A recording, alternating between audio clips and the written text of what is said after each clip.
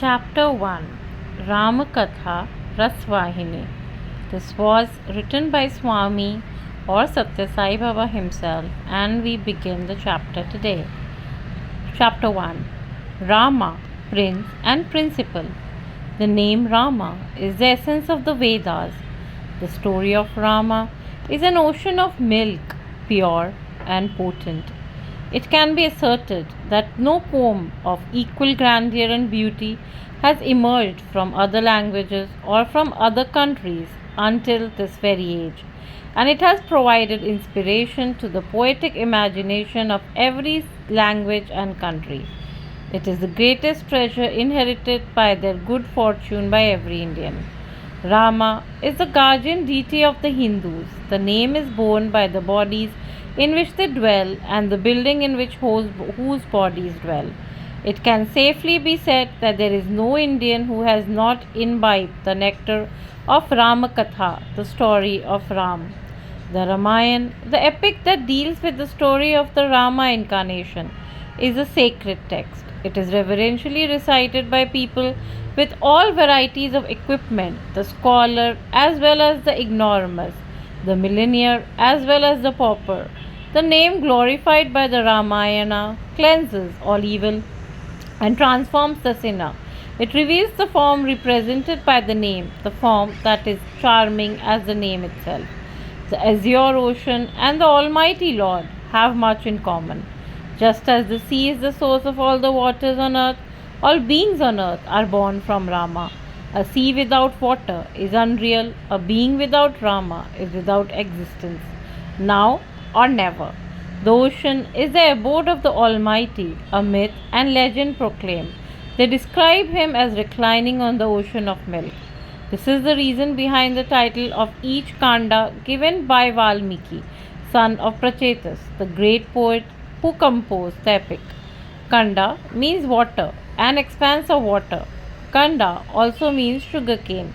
However crooked a cane may be, whichever section you chew, the sweetness is unaffected and uniform. The stream of Rama's story meanders through many a curve and twist, but the sweetness of compassion, karuna, tenderness, and pity persists without diminution throughout the narrative. The stream turns and flows through sadness, wonder, ridicule, awe, terror, love, despair, and dialectics, but the main undercurrent in the love of dharma and the compassion it fosters.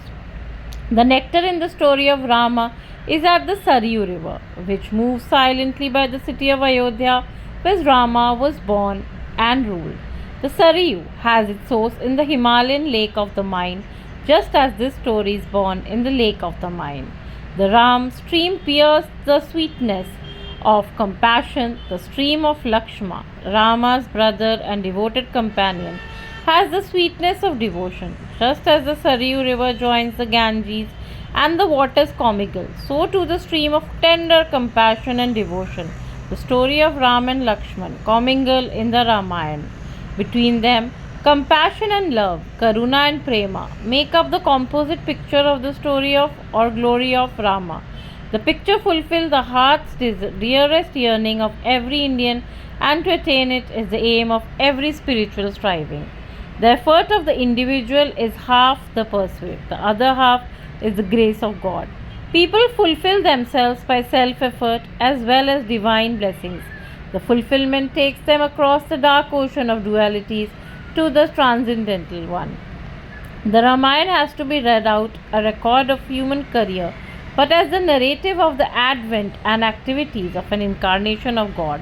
One must endeavor with determination to realize through one's own experience the ideals revealed in the narrative.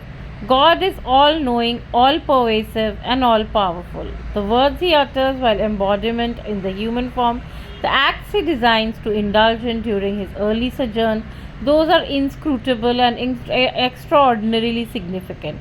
The precious springs of his message ease the path of deliverance for mankind.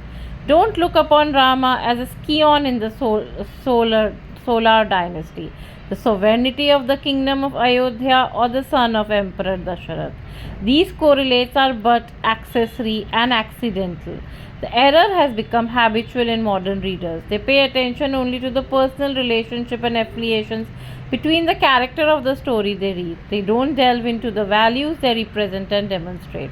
To elaborate the error, Dasharath Rama's father had three wives. The first was such and such, second was of this nature, and third had this trait. Her maids were of this ugly type. The wars fought by Dasharath were characterized by these peculiarities, those specialities. In this matter, fancy leads people astray into the region of the trivial and colorful, making them neglect the valuable kernel.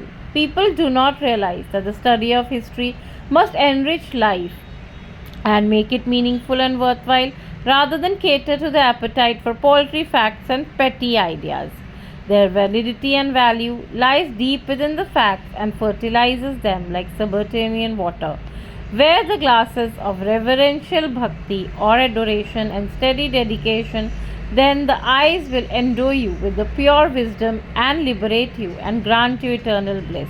Just as people squeeze juice of the fibrous cane and drink only the sweetness, just as the bee sucks the honey in the flower, regardless of its symmetry and color, just as the moth flies towards the brightness of the flame, ignoring the heat and the inevitable catastrophe, so the spiritual sadhaka should yearn to imbibe the expression of the emotion of tenderness, pity, and compassion with which the Ramayana is saturated, paying no heed to other subjects. When a fruit is eaten, we throw away the skin, seeds, and fiber. It is the very nature that fruits have been components. Nevertheless, no one eats them on the plea that one paid for them.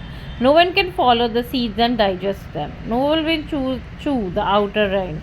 So too in this Rama, fruit called Ramayana, the tales of demons, ogres, and the like from the rind. The wicked deeds of these evil people are the hard, indigestible seeds. Sensory and worldly description and events are the non too tasty fibrous start. They are all sheets for the juicy nourishment. Those who seek the expression of compassion in the Rama fruit should concentrate more on the central narrative than on supplementary details that embellish or encumber it. Listen to the Ramayana in that mode. That is the best form of spiritual learning or listening. Shravana.